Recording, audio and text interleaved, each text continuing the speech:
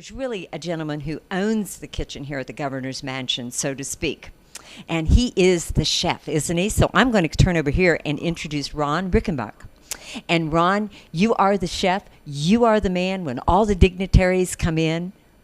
Yeah, I guess you could say it like that. It's really all kinds of different things happening around here at any given time. There's could be one person or be 1,000 people. Just always something. That's pretty nerve-wracking to me to think about that. But evidently, you have to be very flexible.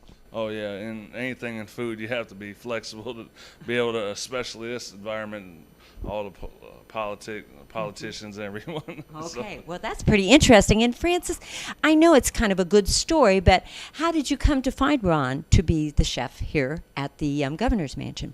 When Ted and I first moved in, we knew that we would be gone quite a bit, and it didn't seem to warrant a chef, full-time chef. The person that was here at the time wanted to retire, so after she retired, we just said we wouldn't replace the chef. But then Ted has always really believed in helping people get training for jobs, and it was brought up to him that there's a culinary arts program within the prison system.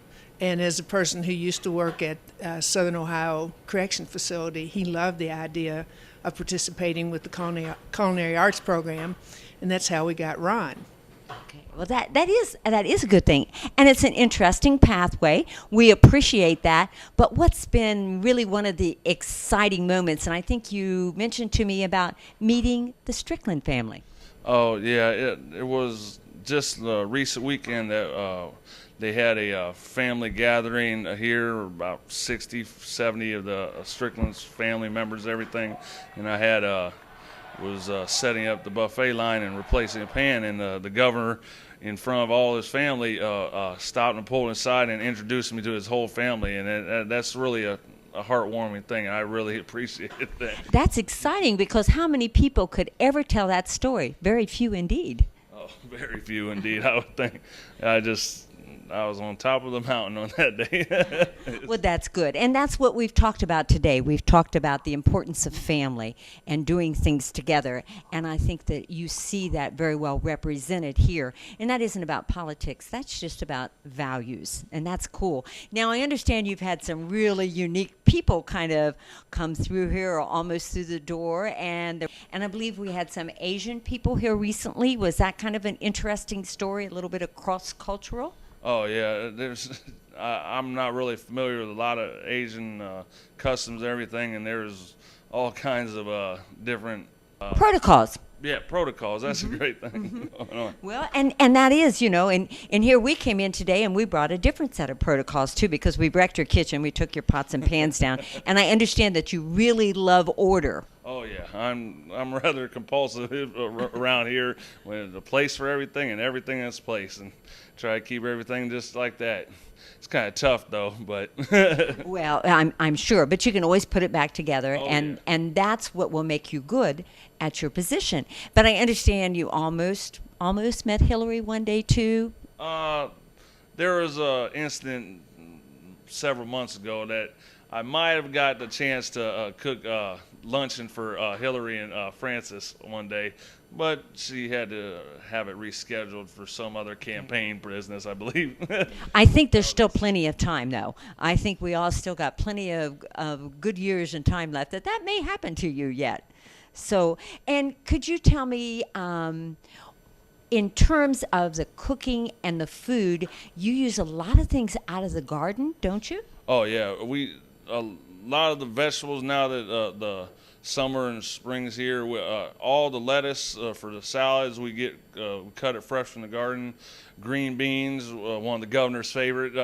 We have quite a bit of that. We grow our radishes. We just had some fresh zucchini brought in the house.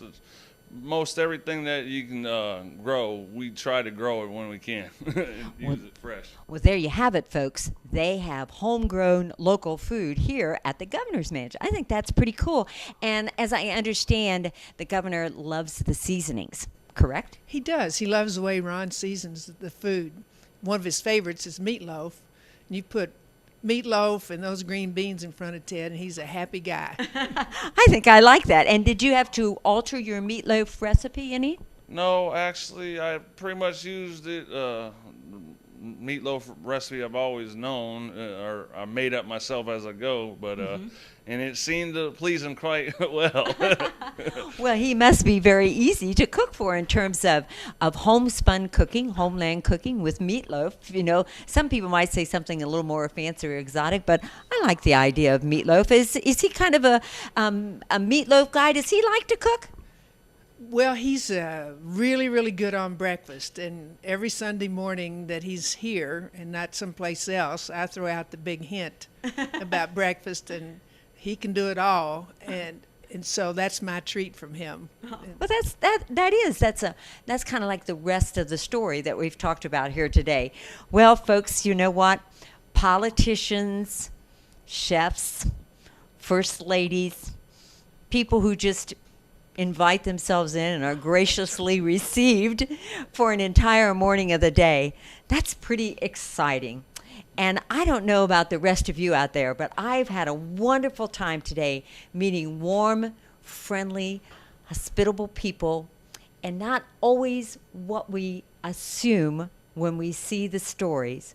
But as I say, Ron, in any recipe, and Francis, as you just said, 2 best ingredients are caring and sharing. Down the Road is brought to you in part by Prince Agra, makers of Omnigen AF, advancing animal nutrition for healthy animals, and Woodruff Enterprise of Springfield, Ohio,